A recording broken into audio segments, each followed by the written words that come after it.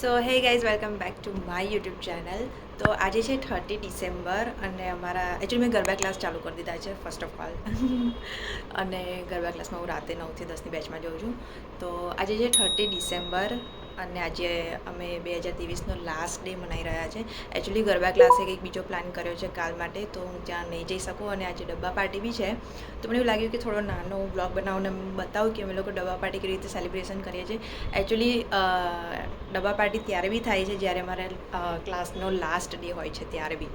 તો ત્યારે તો હું બ્લોગ શૂટ નથી કરતી અને મેં બનાવ્યા છે બટાકાવડા, જે મેં બ્લોગ શૂટ નથી કર્યું. અને બધા લઈને આવશે, જે ઘરેથી બનાવીને લઈને આવે કે બહારથી. મેં તો ઘરેથી બનાવ્યું છે. બહુ વિચાર કર્યો કે શું બનાવું કે બહારથી લઈ જાઉં, પણ મેં કીધું ના, હું ઘરે બનાવીશ. તો મેં બટાકાવડા બનાવ્યા છે. તૈયાર થઈ ગઈ છું. મારી ફ્રેન્ડનો ફોન આવશે એટલે હું નીચે જઈશ. એકચ્યુઅલી કહેવાનું ભૂલી ગયેલી, આજે બ્લેક ડે છે. ઉપર બી બ્લેક એન્ડ નીચે બી બ્લેક પહેરવાનું હતું. તો હું બહુ કન્ફ્યુઝ થઈ ગયેલી કે હું શું પહેર્યું, કેમ કે મારા જોડે એવું બ્લેક હતું નહીં. અને વિન્ટર ચાલે છે, તો એકચ્યુઅલી આ વિન્ટરવાળું છે, બટ ગરબામાં આવું જાડા કપડાં પહેરીને રમાય નહીં. તો હોપફુલી કે આ મને કામ આવે થોડું ગરબા રમતા રમતા, કેમ કે બહુ સ્વેટી થઈ જવાય ગરબા રમતા રમતા. પછી હું આખો આઉટફિટ બતાવું.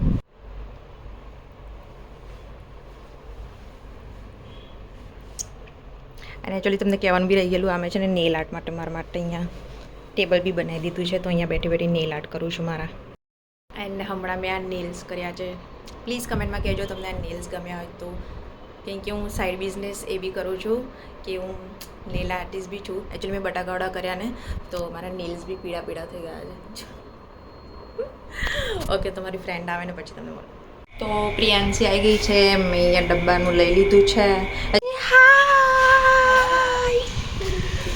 હું લઈને આવી અંદર ડેકીમાં મૂક્યું, એટલે આમ આગળ મૂકી. તો અમે લોકો જોઈએ, બહાર ઠંડી લાગે છે, પણ છે ને અમારા ગરબા ક્લાસ છે ને બેઝમેન્ટમાં છે. તો આવા કપડામાં મેં આજે છે ને જાડું પહેર્યું છે, ટી શર્ટ. મારી જોડે કશું હતું નહીં. તો મને ખબર છે ગરમી તો લાગવાની જ છે, પણ તો બી જોઈએ કે કેવી લાગે. અને મને નથી ખબર હું બ્લોગ શૂટ કરી શકીશ કે નહીં, કેમ કે ગરબા વાગે ને તો પાછળ કોપીરાઇટ બી આવી જાય છે. તો મારાથી જેટલું શૂટ થશે ને એટલું હું શૂટ કરીશ.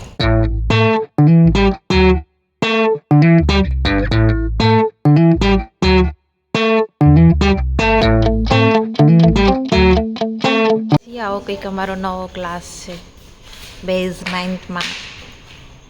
હટા આગી જાની, હજી કામ ચાલુ છે બધું, હે ને?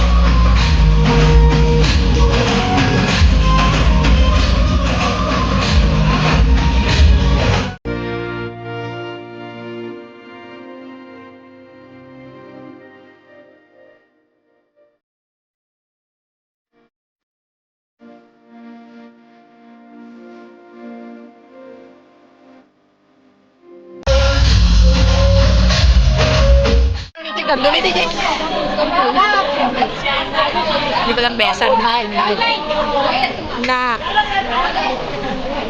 પંખો એમ કરી થોડો. હા, એ પેલા બે પંખા છે, એક આ બાજુ કરો. પંખો આમ જોઈએ એ જ.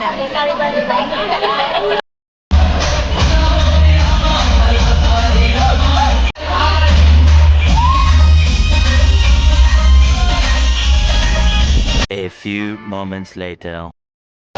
આ મારો આઈડિયા હતો પંખા આગળ બેસવાનો. હા, હવે નહીં હટવામાં આવે. આજે બેસવા તો તે બધાને, બધા કેવા બેઠા છે જો.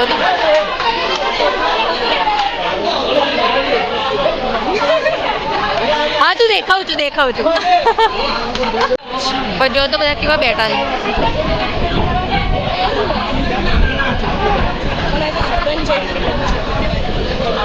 પેલા બેજો. અરે વાહ, ये फटाकड़ी कौन है?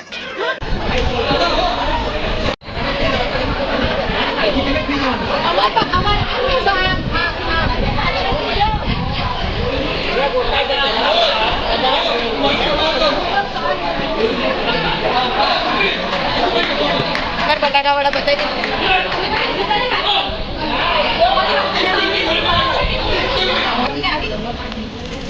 મંચુરિયન કોઈ છે તમને સર લાવો ડીશ આપો મારા તરફથી ડીશ લાવો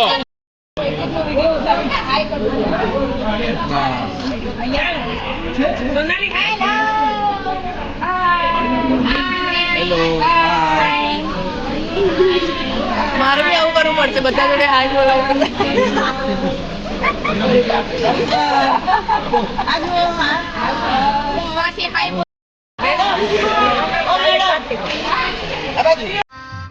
गजब बेइज्जती है